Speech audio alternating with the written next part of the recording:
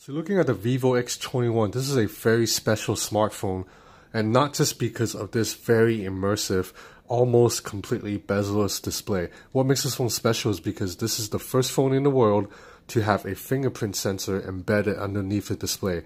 Huawei actually has since gotten there with the $2,000 Porsche edition of the P20 Pro, but this phone technically hit the market first.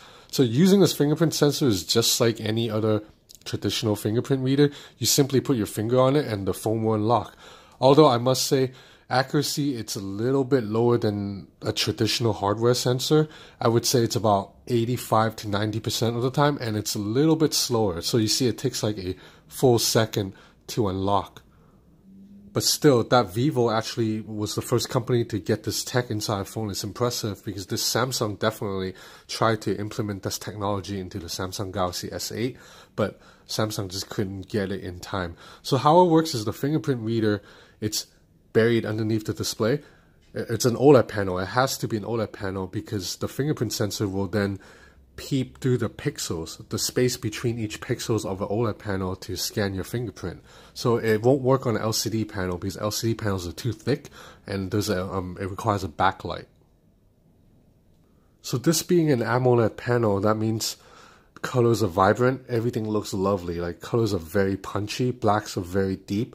So when you have a 6.3-inch display with almost no bezels and it's AMOLED, this is just one of the best looking displays out on the market. It's very immersive. Like watching full screen Instagram stories or YouTube video is just mind blowing. Everything else about this phone, it's quite, it's good, solid, but nothing amazing. So you have a Snapdragon 660 chipset inside with either 4 or 6 gigs of RAM. Snapdragon 660, it's not that powerful, but it's more than enough to get around.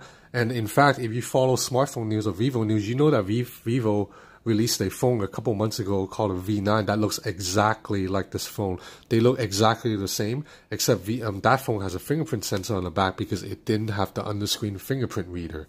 So that's why we're not going to dwell too much on this phone, because if you really want to learn more about this device, you can just read the Vivo V9 review. They're virtually the same phone, save for a little bit extra power on the processor here and that really futuristic tech.